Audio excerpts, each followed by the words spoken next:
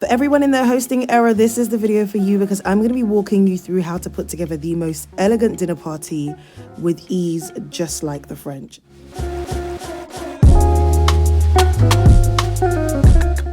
I absolutely love a great dinner party and I've been hosting them for years and years, and I'm going to walk you through some of my top tips for putting a dinner party together that is elegant and doesn't make you break a sweat. As much as possible, it's going to be filled with ease. So the first thing is, if you're working with fresh florals, you want to make your arrangements as far in advance as possible, ideally the day before. I'm sure that's a tip you've heard over and over again. Now, I love creating a sellotape grid on top of my vases. This time I'm using these kind of glass urns, and it just allows your florals to have a bit more structure. I get my flowers from the flower market, but you can grab some from a supermarket if you'd like instead. And this is such a great way to incorporate elegance into your dinner table. And it's something fun to play with as well. It's also quite therapeutic. I know a lot of the girlies go to Trader Joe's in the States, or even here you can go to M&S or Waitrose or different supermarkets and grab yours. I love going to the flower market because I get to buy it wholesale. Now, these florals that I'm using are garden roses, but they are scented, which is why they were shedding so much in the previous clip that you saw. When they're scented, they don't last as long. So if you can avoid getting scented roses, then please do that. I just wanted this color in particular, and I wanted something that felt very romantic. And I knew I was going to use the glass urns, which I'd previously gotten from the flower market as well, because I wanted something that would remind me of the French countryside, like if I was walking through a villa. And yeah, I love the way these turned out. The trick is to try and add as much volume as possible. So I started off with greenery to make a base, and then I left as much of the greenery on the stems of the roses on as possible. Normally, I would advise you take them off, but I actually left these on because I wanted it to be a bit fuller in the arrangement. I just made sure that the leaves from the stems were not touching any of the water. That's another tip when you're working with fresh flowers for dinner parties. You want to make sure that the water in the vase does not have any leaves in it, because that's when the florals don't last you as long as you would like them to. I typically don't put any flower food, any bleach, or whatever it is that people recommend, because typically things like that, the bleach helps to keep the bacteria out of the water, but yeah, typically flower food just helps to open up the flowers quicker, and sometimes you don't always want that. Now, I've laid the florals out in the middle of the table. Another tip I would recommend for dinner parties is making sure that your flowers and your centerpieces are not above eye level wherever possible. I know sometimes it looks really nice and dramatic, but you always want to make sure your guests can actually see each other and have good conversation.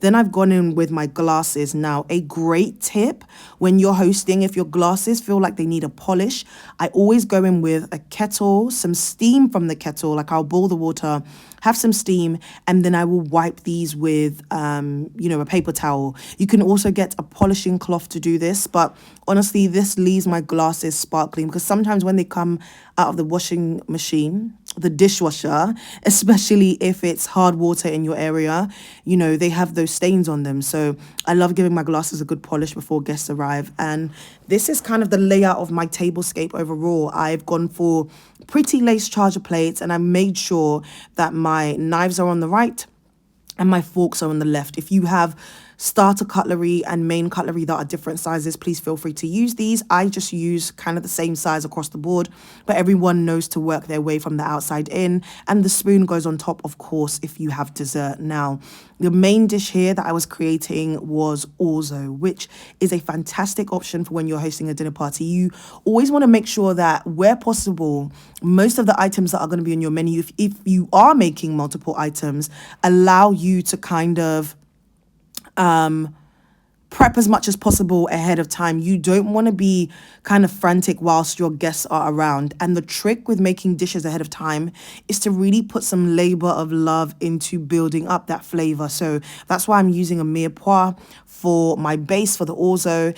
If you've seen my other video where I share a bolognese recipe, this base just really builds up as much flavor as possible. Now, I know sometimes people will see the celery in there and think, I don't like the taste of celery when it's raw.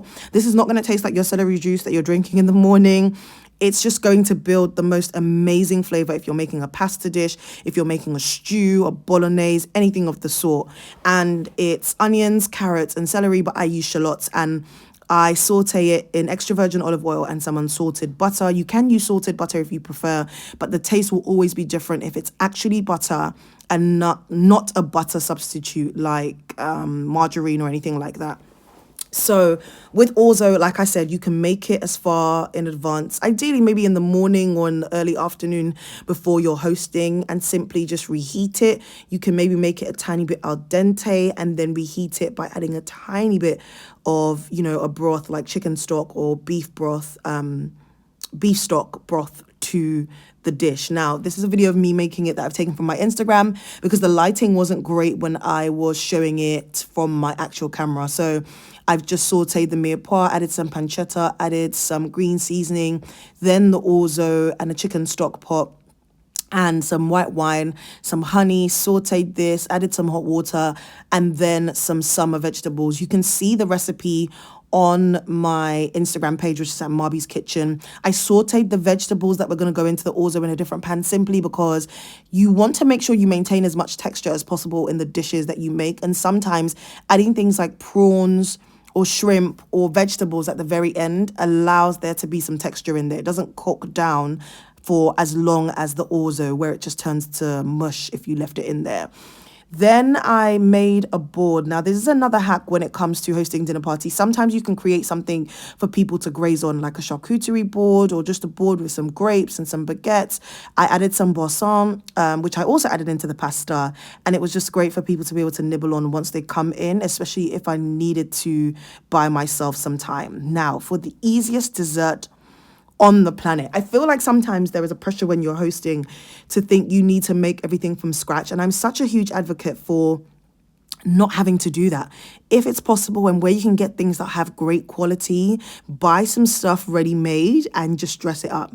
Nobody will hate you for doing it. I think if you buy stuff that's overly sweet and has way too many preservatives in it where people can taste, then of course it doesn't, it doesn't go really well when it comes to your dinner parties. But something like this, which is Madeleine's, is that how you say it? Madeleine?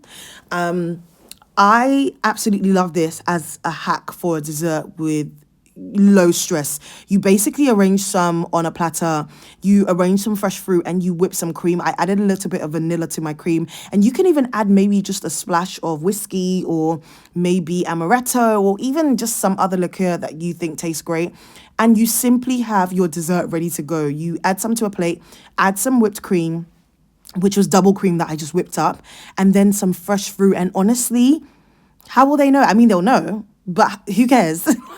It's a great dessert. And I drizzled some honey on top. Honestly, this was so good with some Earl Grey tea. And I just love the fact that it was put together in all of 10 minutes and nobody would be upset. They would love it.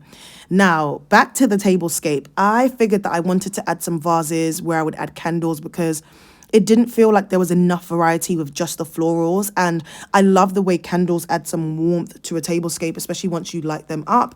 And this is such a great hack as well. Now, if you don't have hurricane vases or spare vases around, you can just use a candle holder or just place them on the table and just light them up. And look how beautiful it looks. That's a great hack. When it comes to designing a tablescape, you want as much variety as possible. And I love the way it looks once I added the vases beside each arrangement, especially if you're working in odd numbers. I only used 3 hurricane vases instead of 4, just like the arrangements. And I absolutely love the way it turned out. I'll see you next time, guys. Bye.